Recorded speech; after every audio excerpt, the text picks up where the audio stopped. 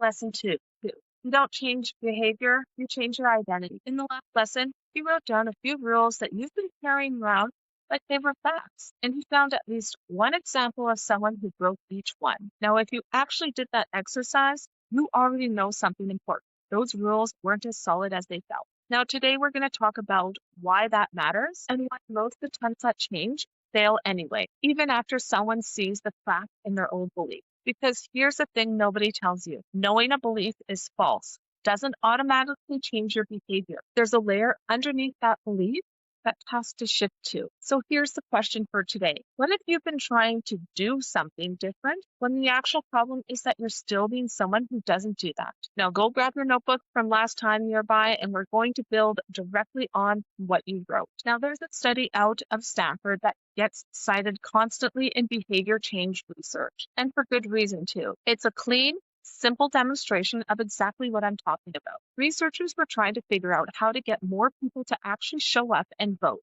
So they tested two ways of asking the same basic question in a pre-election survey. One group got language asking how important it was to them to vote in the upcoming election. A second group got almost identical language, except instead of asking about the action of voting, it asked how important it was to them to be a voter. One word changed: action versus identity.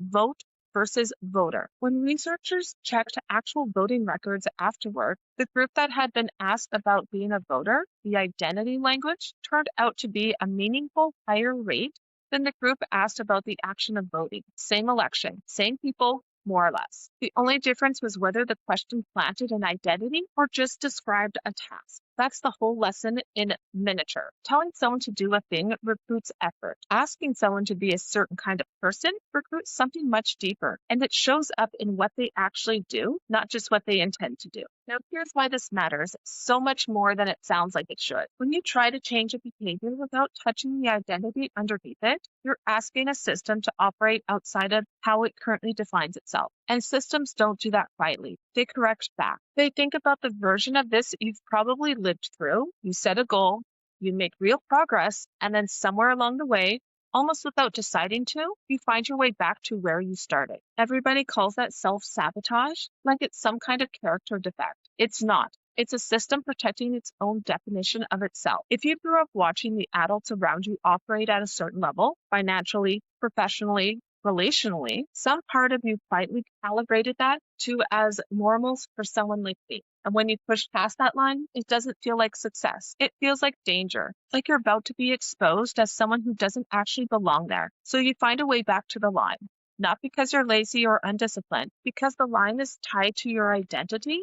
And identity is the thing your whole system is built to protect, even over your own stated goals. This is exactly why the rules you wrote down last lesson are so sticky, even once you've seen the evidence against them. The rule that was never really about facts. It was protecting the version of you that you've been treating as fixed. Real lasting change has to happen at that level. Not I'm going to try harder, but I'm becoming a different person than the one that rule was protecting. Now here's the part that's genuinely uncomfortable, so stay with me a little bit longer. Most of the identities you're currently operating from were never actually chosen by you. They were absorbed from what your family modeled, from a failure you had once and generalized it into a permanent label, from a culture that told you what people who look like you, sound like you, or come from where you come from are supposed to settle for. You didn't sit down one day and decide, I am someone who isn't disciplined, or I am someone who doesn't make that kind of money. It got installed, and then it got reinforced by every choice you made afterward that kept you consistent with it. Now, here's the part that trips people up the most. When you try on a new identity statement, when you actually say, I am the opposite of that old rule, it's going to feel fake. It might even feel a little arrogant, like you're trying to lie to yourself. That discomfort isn't proof the new identity is false. It's just proof that your system currently believes the old one. Discomfort there is data, not a verdict. The honest work isn't pretending the discomfort way. It's noticing it, naming what it's protecting, and choosing the new identity anyway, on purpose, before you have any proof it's true. Now open your notebook to the rules you wrote in the last lesson. Pick one, the one that stung the most when you wrote it. Underneath it, Finish this sentence honestly. The version of me that rule is protecting is someone who. Write the identity, not the behavior. Not doesn't save money,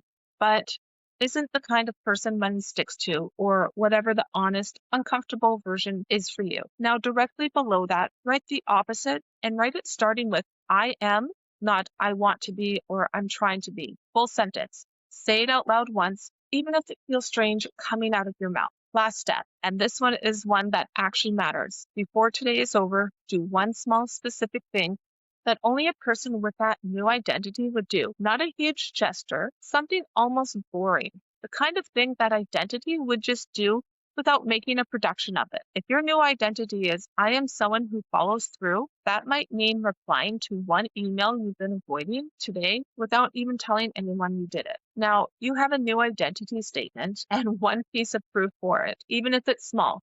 That's exactly how this actually works. Not one giant leap, just evidence stacking up that the new I am is true. Now, in the next lesson next week, we're going to talk about how to actually get this to stick at a deeper level than willpower. The mechanism is your brain that decides what you notice, what you believe, and what becomes automatic, and how to deliberately point it at the identity you just claimed instead of the old one.